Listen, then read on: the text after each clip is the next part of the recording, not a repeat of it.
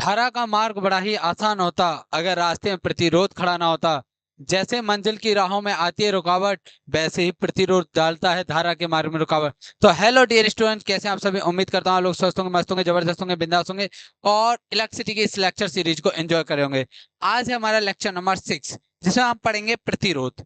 आखिर में प्रतिरोध होता क्या है, ये कैसे आया, इस चीज को समझेंगे। प्रतिरोध किसी चालक के अंदर किस कारण होता है, इस चीज को हम जानने का प्रयास करेंगे। तो एक ऐसा फैक्टर है जो आपके बिजली के बिल को बढ़ाने का काम भी करता है। अब कैसे बढ़ता है वो भी जानेंगे। तो सबसे पहले समझते हैं कि प्रतिरोध क्या है। जैसा आप इमेज में देख पा रहे हो, हालांकि मैं पहले इस चीज के बारे में डिस्कस आपसे कर चुका हूं। ये जो देख रहे हो आप, ये क्या है? प्रतिरोध है। तो प्रतिरोध होता क्या है? एक ऐसा एलिमेंट, एक ऐसा अवयव जो धारा के मार्ग में रुकावट उत्पन्न करे।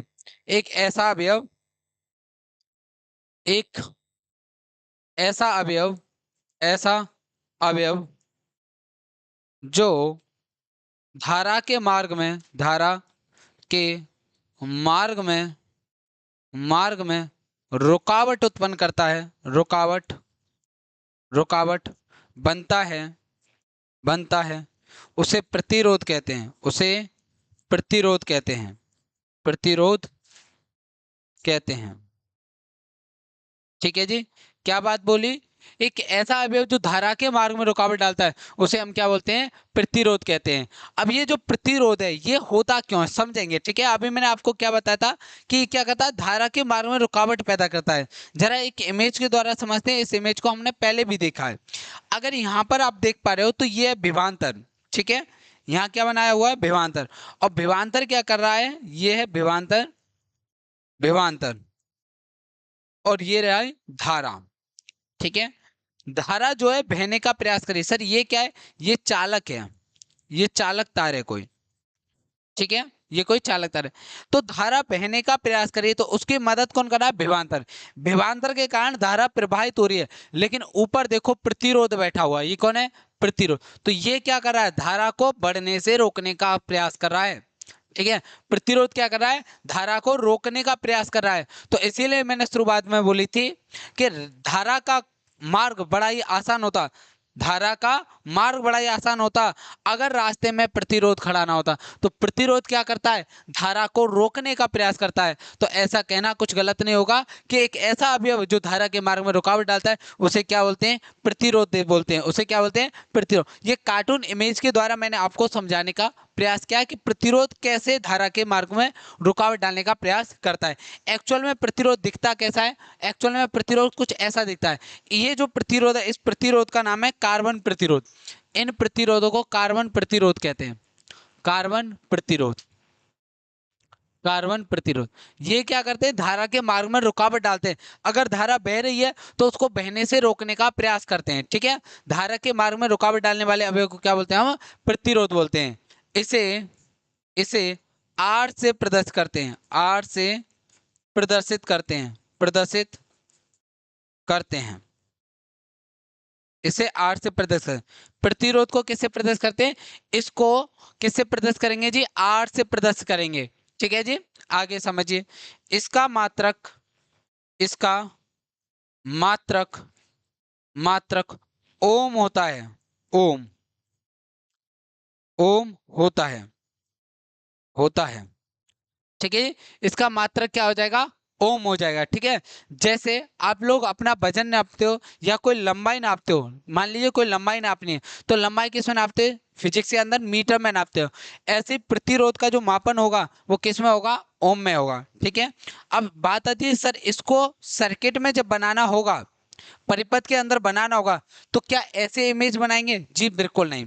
ठीक है, इसे इसे परिपथों में, परिपथों, परिपथों में, परिपथों में निम्न चिन्ह द्वारा दर्शाते हैं, निम्न प्रतीक द्वारा, प्रतीक द्वारा दर्शाते हैं, दर्शाते हैं। तो क्या प्रतीक है? इस तरीके का आपको कहीं भी दिख जाए तो ये क्या है? प्रतिरोध है। ठीक है, प्रतिरोध। तो एक ऐसा अवयव जो धारा के मार्ग में रुकावट डालता है, उसे क्या बोलते हैं? हाँ, प्रतिरोध बोलते हैं। ठीक है, चलिए आगे समझिए। अब सवाल आता है कि ये सर प्रतिरोध, चलिए ठीक है, कोई चालक तार में से करंट प्रवाहित हो रहा है, तो उस चालक तार के अंदर ऐसा क्या बैठा हुआ है जो धारा के मार्ग में रुकावट डालने का प्रयास करता है। तो चलिए इसको समझते हैं थोड़ा सा माइक्रोस्कोपिक लेवल पर। चलिए, ये कोई हमारा चालक तार है, ये कोई हमारा चालक तार है, ठीक है, चालक तार, चालक तार। अब हम क्या करते हैं, इसको जूम करके देखते हैं, थोड़ा सा बड़ा करके देखते हैं।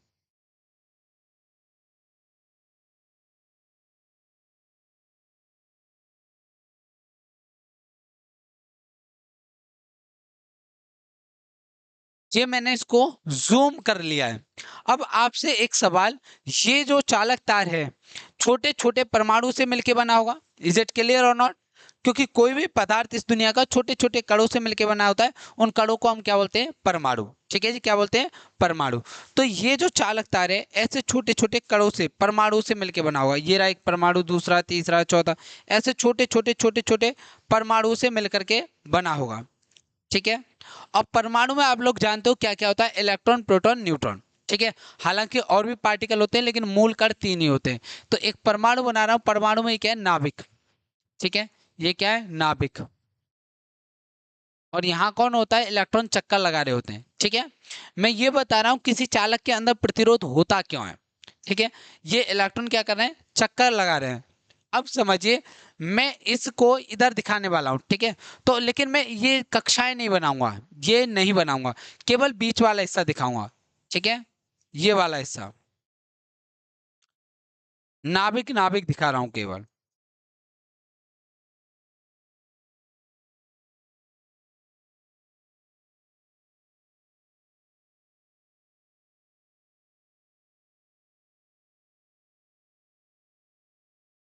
मैंने केवल नाभिक दिखाया है, इसकी वृत्तीय कक्षाएं नहीं दिखाई हैं। ठीक है, इस चालक तार को मैं क्या कर देता हूं, एक बैटरी से जोड़ देता हूं।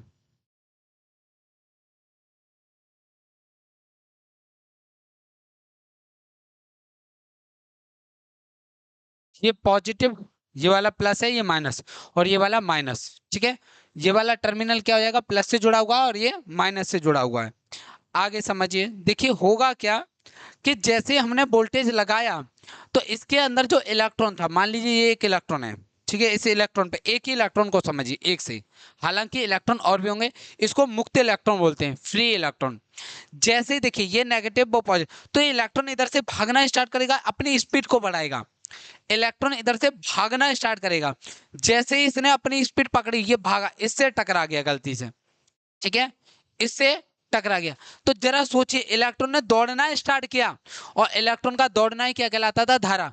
तो इलेक्ट्रॉन ने दौड़ना स्टार्ट किया, लेकिन दौड़ते समय वो टकरा गया, तो इसकी स्पीड कम हो गई, यानी कि रुकावट आ गई, बीच में कौन आ गई, रुकावट। चलो फिर से इसने अपनी स्पीड बढ़ाई, इधर टकरा गया।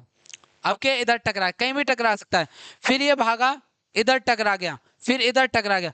अगर आप लोग बार बार देख रहे तो बार बार इलेक्ट्रॉन अपनी स्पीड को बढ़ाता है, लेकिन टकरा करके अपनी स्पीड को खो देता है, यानी तेजी से दौड़ा। आप खुद को देखिए, आप एक भीड़ भाड़ वाली जगह पे, जहां पे बहुत सारी भीड़ है, आप वहां दौड़ना स्टार्ट कर रहे हैं। जब आप दौड़ोगे तो किसी ना किसी से टकराओगे, आप अपनी स्पीड को बना नहीं पाओगे, अतः आपके रास्ते में क्या आएगी, रुकावट आएगी। आपके रास्ते में क्या आएगी, रुकावट। ऐसे ही इलेक्ट्रॉन के रास्ते में क्या आ रही है, रुकावट आ रही है, अर्थात धारा के मार्ग में क्या आ रही है, रुकावट। इसे ही क्या बोलते थे हम, प्रतिरोध बोलते थे। ठीक है, तो जरा देखो, ये जो रुकावट पैदा हुई है, ये किसके कारण हुई है, परमाणु के नाभिक के कारण, और इन्हें हम क्या बोलते हैं, कोटर बोलते हैं, कोटर। ठीक है, तो याद रहे, किसी चालक के अंदर, किसी चालक के अंदर जो प्रतिरोध का काम करता है वो कौन होता है, कोटर होते हैं। इन कोटरों के कारण इस चालक का प्रतिरोध है। ठीक है, उम्मीद करता हूं चालक के अंदर प्रतिरोध क्यों होता है ये बात समझ में आ गई होगी। ठीक है, इस बात को याद रखना, आगे भी मैं इसका यूज करूंगा। तो चालक के अंदर, चालक के अंदर, अंदर प्रतिरोध, प्रतिरोध कोटरों के कारण होता है, कोटर, कोटरों के कारण होता है, कारण होता है, होता है, किसके कारण होता है, कोटरों के कारण होता है। ठीक है, चलिए, एक बात और मैं क्लियर कर दे रहा हूं कि आपके शायद दिमाग में ये बन रहा होगा, इलेक्ट्रॉन नेगेटिव होता है, ये पॉजिटिव है, तो ये इससे कोलाइड करके ही नष्ट हो जाना चाहिए। बेटा लेकिन ऐसा नहीं है, सुनना, मैंने पॉजिटिव के द्वारा दर्शाया जरूर है, लेकिन ऐसी असलियत नहीं है इसकी। देखिए, मैं इस वाले परमाणु को थोड़ा सा और एक्सप्लेन करता हूँ, इस वाले एटम को थोड़ा सा और एक्सप्लेन करता हूँ। देखिए, ये एक्चुअली में ये है कोटर, ये नाभिक नहीं है।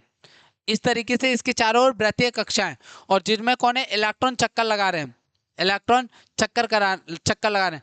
ये परमाणु तो न्यूट्रल है, यानी कि उदासीन है, यानी नेगेटिव और पॉजिटिव चार्ज लगभग लगभग बराबर है। लेकिन क्या है, इसके अंदर मुक्त इलेक्ट्रॉन है, यानी कि फ्री इलेक्ट्रॉन है। वो फ्री इलेक्ट्रॉन जब इससे जाकर के इससे पास जाएगा तो प्रतिकर्षण के कारण आगे बढ़ जाएगा। ठीक है, एक्चुअली में ये परमाणु ऐसा दिख रहा है, इसको हम बोल रहे हैं कोटर, इसको बोलना है कोटर, इसको क्या बोल रहे हैं हम, कोटर बोल रहे हैं। ठीक है, उम्मीद करता हूं कि आपको चालक के अंदर प्रतिरोध क्यों होता है ये बात समझ में आ गई होगी। अब सवाल आता है कि सर आपने एक पॉइंट बताया था जब ओम का नियम पढ़ा रहे थे, आर का मान बी और आई पर निर्भर नहीं करता है, किसी और पर निर्भर करता है। तो किस पर निर्भर करता है, तो प्रतिरोध की निर्भरता। टॉपिक हमारा क्या रहेगा, प्रतिरोध की निर्भरता, प्रतिरोध की निर्भरता, निर्भरता।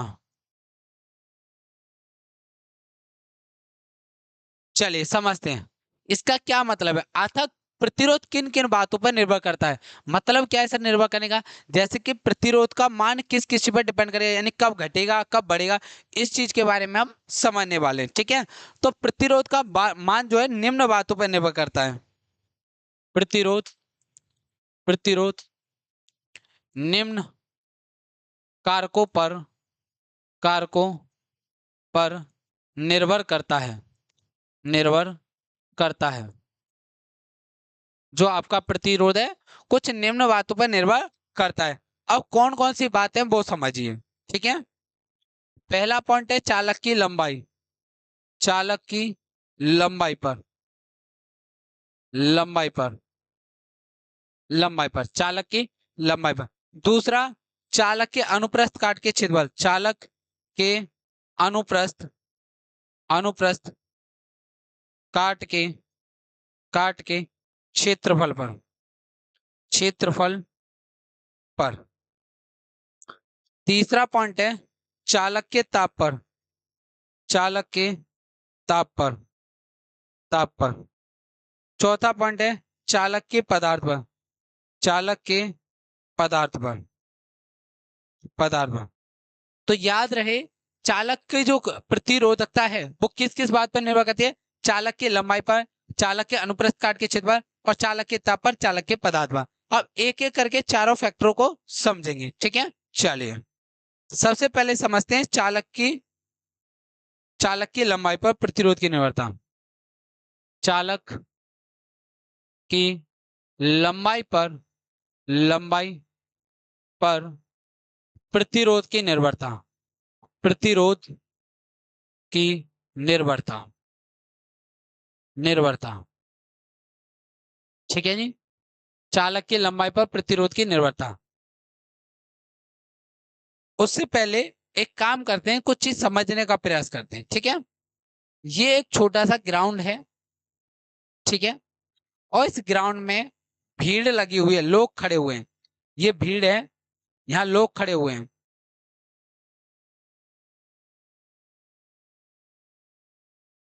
ठीक है, ये क्या है, लोग खड़े हुए हैं। और एक और दूसरा ग्राउंड बना देते हैं, ये दूसरा ग्राउंड है। ठीक है, इसमें भी लोग खड़े हुए हैं,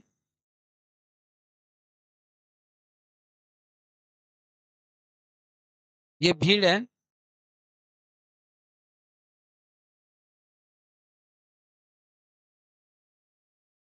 अब आपको मैं बोलता हूं कि आपको दौड़ के जाना है, ये आप हो, और आपको दौड़ करके यहां से यहां जाना है।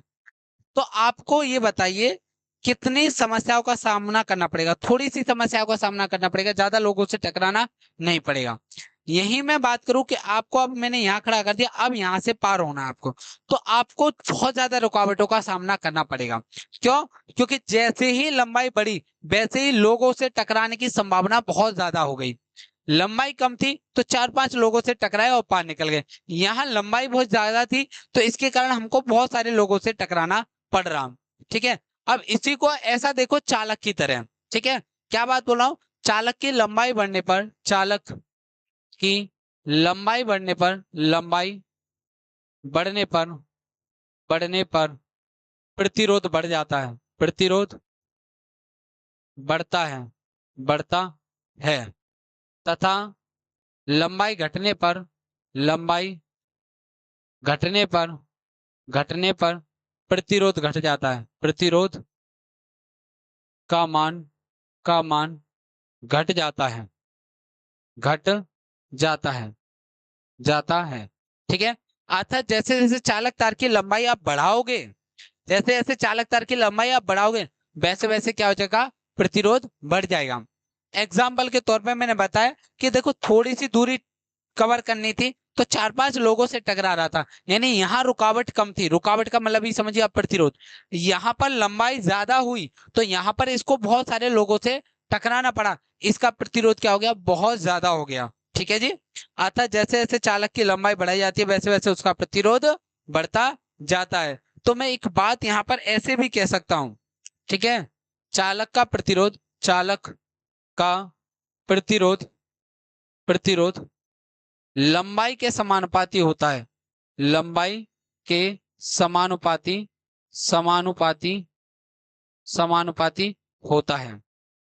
ठीक है, किसी चालक का प्रतिरोध लंबाई के समानुपाती होता है। अर्थात जैसे जैसे लंबाई बढ़ेगी वैसे वैसे क्या होगा? प्रतिरोध बढ़ेगा। एल का मान बढ़ेगा तो प्रतिरोध बढ़ेगा। ठीक है, ऐसे समझिए। देखिए मान लीजिए 1 मीटर लंबाई का तार है, 1 मीटर, और इसका प्रतिरोध कितना है? 10 ओम है। कितना है जी? 10 ओम। ठीक है, मैंने क्या किया, इससे डबल लंबाई का तार ले लिया, सेम मटेरियल सेम हर चीज, ठीक है, 2 मीटर कर दिया, तो इसका प्रतिरोध कितना हो जाएगा? इसका डबल हो जाएगा। प्रतिरोध कितना हो जाएगा जी? डबल हो जाएगा, 20 ओम। ठीक है, अर्थात जैसे जैसे चालक तार की लंबाई बढ़ाते हैं वैसे वैसे उसका मान, प्रतिरोध का मान बढ़ता जाता है। ठीक है जी, चलिए अगला पॉइंट समझिए। अगला पॉइंट क्या था? अनुप्रस्थ काट के क्षेत्रफल पर। ठीक है, चालक के अनुप्रस्थ काट के क्षेत्रफल पर निर्भरता।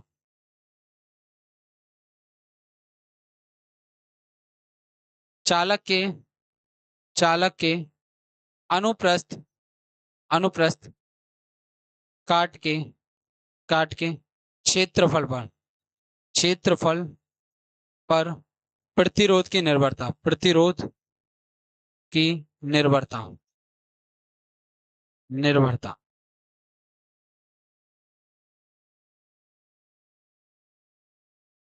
चलिए भाई, तो टॉपिक क्या है? चालक के अनुप्रस्थ काट के क्षेत्रफल पर प्रतिरोध की निर्भरता। अब सबसे बड़ा शब्द तो यहाँ पे ये फंस गया कि अनुप्रस्थ काट का क्षेत्रफल ये क्या होता है।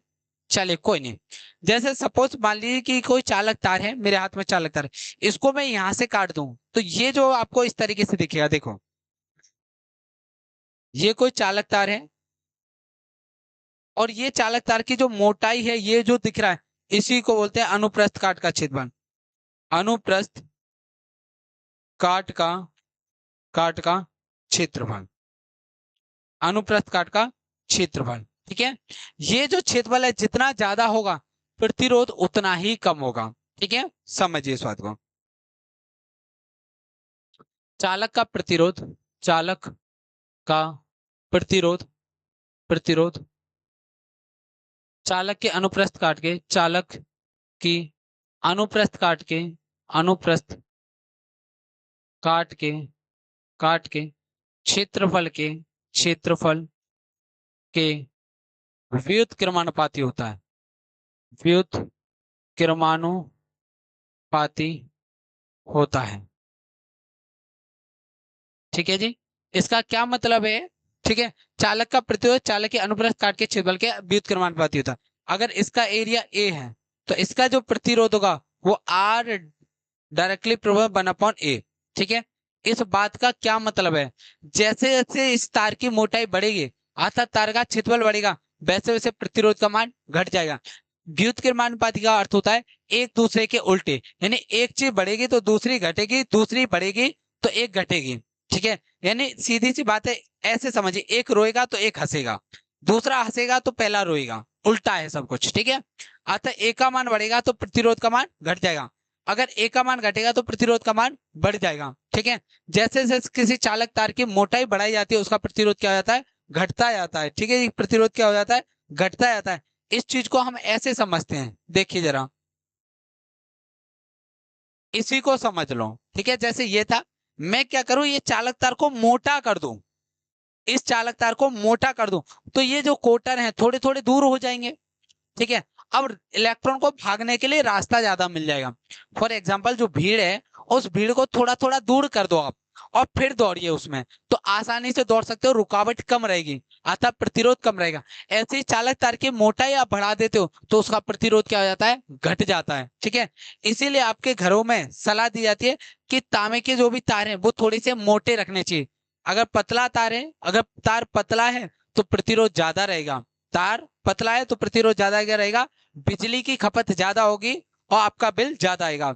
अगर तार मोटा है, अब मोटे का ऐसा नहीं कि इतना मोटा जाकर के ले आओ, ठीक है, एक उसी हिसाब से होना चाहिए। ठीक है, समझिए, तो चालक तार कैसा रखा जाता है, मोटा रखा जाता है। ठीक है, जिससे क्या रहे, प्रतिरोध कम रहे, धारा का खर्च कम हो। ठीक है, चले आगे समझिए, यानी जैसे जैसे चालक तार की मोटाई बढ़ाई जाती है वैसे वैसे उसका प्रतिरोध घटता जाता है। ये दोनों एक दूसरे के उल्टे हैं। ठीक है, चलो एक बात और समझ लीजिए, इसमें अभी हमने देखा, जैसे चालक तार की लंबाई बढ़ाते हैं तो प्रतिरोध बढ़ जाता है। तो आपको इस बात का विशेष ध्यान रखना चाहिए कि आपके घर में कोई भी तार बहुत ज्यादा लंबा नहीं खींचना चाहिए, जब तक जरूरत ना हो तब तक। अर्थात क्यों, तार की अगर लंबाई बढ़ेगी तो प्रतिरोध बढ़ जाएगा, और प्रतिरोध बढ़ेगा तो धारा, सॉरी, प्रतिरोध बढ़ेगा तो क्या होगा, धारा का लॉस होगा, एनर्जी का लॉस होगा, जिसके कारण आपके घर का बिजली का बिल ज्यादा आएगा। ठीक है, चलो आगे समझो। अगला पॉइंट क्या हमारा, देखिए दो पॉइंट हमने पढ़ लिए, कौन कौन से, चालक की लंबाई पर, चालक के अनुप्रस्थ काट के छिपा, अब देखेंगे चालक के ताप पर। ठीक है, चलिए भाई,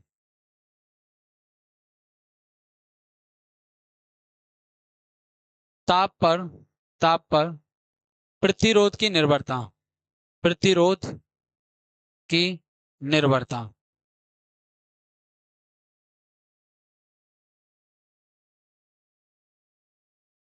ठीक है, चालक तार की प्रतिरोध की, ताप पर प्रतिरोध की निर्भरता, अर्थात जैसे जिसके चालक तार का टेम्परेचर बढ़ता है, ताप बढ़ता है, तो उसका प्रतिरोध बढ़ता जाता है।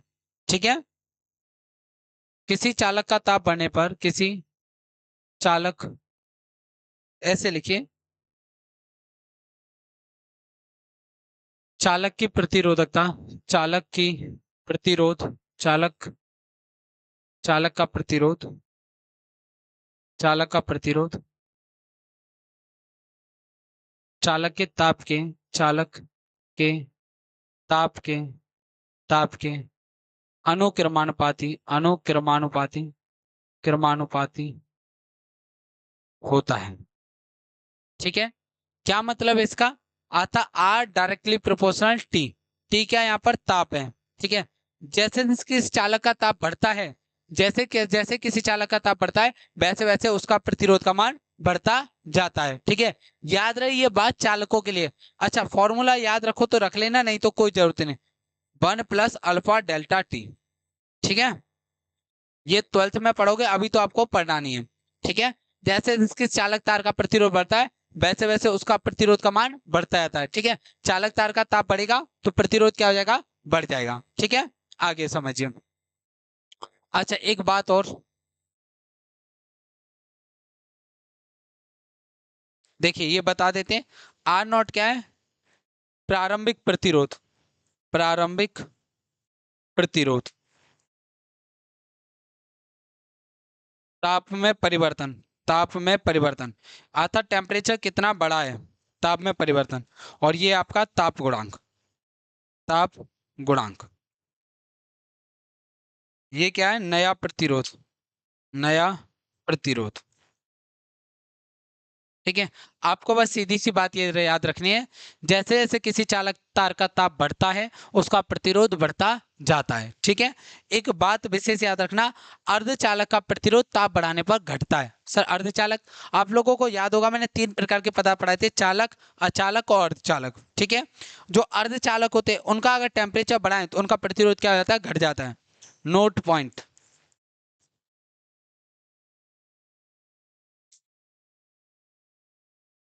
अर्धचालक पदार्थ का अर्धचालक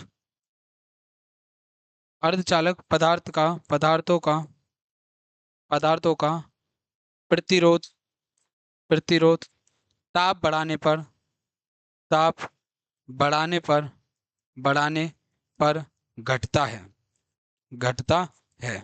ठीक है जी, अर्धचालक का प्रतिरोध ताप बढ़ाने पर घटेगा, इनका ताप बढ़ाने पर बढ़ जाएगा। ठीक है, चलिए आगे देखते हैं। अगला पॉइंट क्या है हमारा, चालक के पदार्थ पर। ठीक है, तो याद रहे, लिख लेते हैं, इसको भी समझ लेते हैं।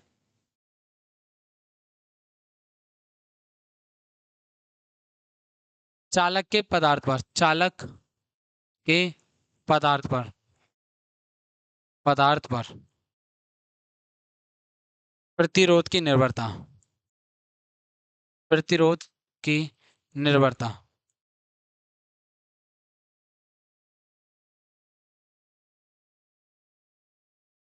समझिए, चालक पदार्थ का जो प्रतिरोध है, चालक का जो प्रतिरोध है, किसी भी चालक का प्रतिरोध, वो इस बात पर भी निर्भर करेगा कि जो चालक पदार्थ है वो किस मटेरियल का बना हुआ है। ठीक है, किसी चालक का प्रतिरोध, किसी चालक का प्रतिरोध प्रतिरोध इस बात पर भी निर्भर करता है करता है कि पदार्थ किस किस धातु से बना है धातु से बना है बना है। ठीक है, समझिए, यानी किस मटेरियल का बना है इस बात पर भी निर्भर करता है। जैसे एग्जाम्पल के तौर पे जो हमारी चांदी है, ठीक है, चांदी चांदी का प्रतिरोध सबसे कम है। प्रतिरोध क्या है इसका, कम, प्रतिरोध कम है। ठीक है, उसके बाद तामा तामा इसका प्रतिरोध चांदी के प्रतिरोध से ज्यादा है। चांदी के प्रतिरोध प्रतिरोध से थोड़ा ज्यादा थोड़ा थोड़ा ज्यादा। ठीक है, जैसे कि आपसे पूछा है कि सबसे कम प्रतिरोध किसका है, तो चांदी का है। उससे ज्यादा किसका है, तो तांबे का है। इसीलिए मैंने शुरुआत में बताया था कि चांदी में से विद्युत धारा बहुत आसानी से प्रवाहित हो जाती है। दूसरे नंबर पर चालकता के आधार पर कौन आता था, तांबा आता था, कि तांबे का जो प्रतिरोध है वो चांदी के प्रतिरोध से थोड़ा सा ज्यादा है। तो ये यहाँ पर क्या लिया, चांदी, यहाँ क्या लिया, तांबा लिया। तो अलग अलग धातु हैं, ठीक है, मटेरियल अलग अलग है, इसलिए इनका प्रतिरोध भी क्या होता है, अलग अलग होता है। ठीक है, चलिए समझिए। और देखिए चालक के जो प्रतिरोध, पदार्थ की जो प्रतिरोधकता है वो विशिष्ट प्रतिरोध पर निर्भर करती है, जिसको हम आगे पढ़ेंगे। ठीक है, चलो अभी यहां तक समझिए। तो आपको ये चारों बातें समझ में आ गई होंगी कि चालक का प्रतिरोध किन किन बातों पर निर्भर करता है। पहला पॉइंट क्या था, चालक की लंबाई पर, लंबाई बढ़ने पर चालक का प्रतिरोध बढ़ जाता है। अनुप्रस्थ काट के क्षेत्रफल, जैसे क्षेत्रफल बढ़ाओगे वैसे वैसे क्या होगा, चालक का प्रतिरोध घट जाएगा। चालक के ताप पर, चालक का टेम्परेचर बढ़ाने पर प्रतिरोध क्या हो जाता है, बढ़ जाता है। और चालक के पदार्थ पर, तो हर पदार्थ के लिए अलग अलग प्रकार का प्रतिरोध देखने को मिलेगा। ठीक है, चलिए आगे समझते हैं।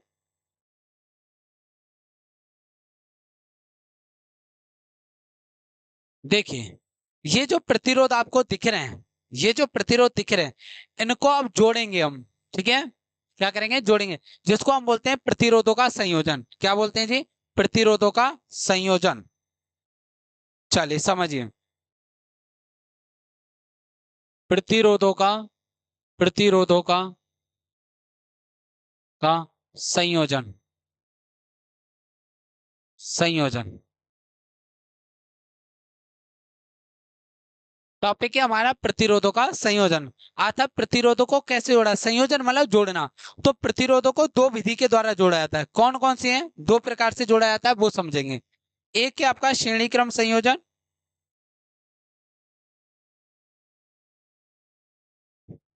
एक है आपका श्रेणी क्रम संयोजन, श्रेणी क्रम संयोजन, श्रेणी क्रम संयोजन। और दूसरा है जी समांतर क्रम संयोजन, समांतर क्रम संयोजन। ठीक है, एक है आपका प्रतिरोध के संयोजन श्रेणी क्रम संयोजन, और एक है समांतर क्रम संयोजन। अब श्रेणी क्रम संयोजन कौन सा होता है, जब आपने एक गेम देखा होगा चैन चैन बच्चे खेलते हैं, यानी कि जब एक दूसरे का हाथ पकड़ के खड़े हो जाएं, एक दूसरे का हाथ पकड़ के खड़े हो जाएं, तो ऐसे संयोजन को बोलते हैं श्रेणी क्रम संयोजन। फॉर एग्जाम्पल देखिए समझिए,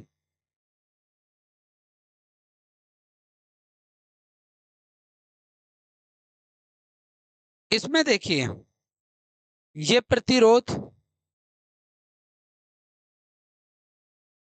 एक प्रतिरोध ये रहा R1, एक प्रतिरोध ये रहा R2, एक प्रतिरोध ये रहा R3। ठीक है, इस वाले प्रतिरोध के दो हाथ दिख रहे होंगे, इस वाले प्रतिरोध के दो हाथ, एक दो, इस वाले प्रतिरोध हाथ दिख रहे होंगे एक और दो। ठीक है, तो अब मैं इन हाथों को थोड़ा सा नाम दे देता हूं ताकि आप लोग समझाने में आसानी रहे। एक दो, पहला हाथ दूसरा, इसका ये पहला हाथ, इसका दूसरा हाथ, इसका पहला हाथ दूसरा हाथ। ठीक है, तो एक चेन की तरह जुड़े हुए हैं, एक दूसरे का हाथ पकड़ रखा है। इस प्रकार का जो संयोजन है वो कौन सा है, श्रेणी क्रम संयोजन। प्रूव करेंगे श्रेणी क्रम संयोजन क्या है, देखेंगे आराम से। अभी हल्का फुल्का आइडिया ले लो। ठीक है, तो अगर इनको जोड़ेंगे तो आर का जो मान आएगा इन तीनों को जोड़ के, तो वो आर नेट, इन तीनों को जोड़ोगे तो वो कितना आएगा, सीधा सीधा जोड़ लो, R1 R2 R3, सीधा सीधा जोड़ो। प्रूव बाद में करेंगे। तो फॉर्मूला क्या हो जाएगा श्रेणी क्रम संयोजन के लिए, आर नेट बराबर R1 प्लस R2 प्लस में R3। समांतर क्रम में क्या होगा कि सभी प्रतिरोध, जितने भी प्रतिरोध हैं, उन सभी के पहले पहले हाथ एक बिंदु पर होंगे, दूसरे दूसरे हाथ दूसरे बिंदु पर जुड़े होंगे। यानी सभी के पहले पहले हाथ एक बिंदु पर और सभी के दूसरे दूसरे हाथ दूसरे बिंदु पर। कैसे सर समझाइए इस बात को जरा देखिए। ये एक प्रतिरोध ले लिया, दूसरा प्रतिरोध, तीसरा प्रतिरोध, तो इसका पहला हाथ पहला हाथ पहला हाथ, तीनों के पहले हाथ ये जुड़ गए, एक बिंदु पर जुड़े हुए हैं। इनके दूसरे हाथ दूसरे बिंदु पर जोड़ दिए। तो ये जो संयोजन दिख रहा है आपको, R1 R2 R3, पहला पहला हाथ था, ये दूसरा दूसरा हाथ है, यहां जुड़े हुए हैं दूसरे हाथ, और पहले हाथ यहां जुड़े हुए हैं। इस प्रकार का जो संयोजन होता है, इस प्रकार का जो संयोजन होता है उसे बोलते हैं जी समांतर क्रम संयोजन। तो इसके लिए फॉर्मूला क्या हो जाएगा, 1/R नेट बराबर 1/R1 प्लस 1/R2 प्लस में 1/R3। ठीक है जी, ये हो जाएगा फॉर्मूला। चले बेटा, तो यहां तक हमने समझ लिया कि प्रतिरोध क्या क्या है, क्या क्या जाना हमने, प्रतिरोध क्या है, प्रतिरोध किन किन बातों पर निर्भर करता है, और प्रतिरोधों के संयोजन को समझा। यहां से आगे की क्लास कल देखेंगे, जिसमें मैं आपको प्रतिरोध के श्रेणी क्रम और समांतर क्रम संयोजन का प्रूव कराऊंगा। ये फॉर्मूले जो आप देख रहे हो, ये फॉर्मूले कहां से आए। तो चलिए बच्चों, आपसे नेक्स्ट वीडियो में मुलाकात होगी। जय हिंद।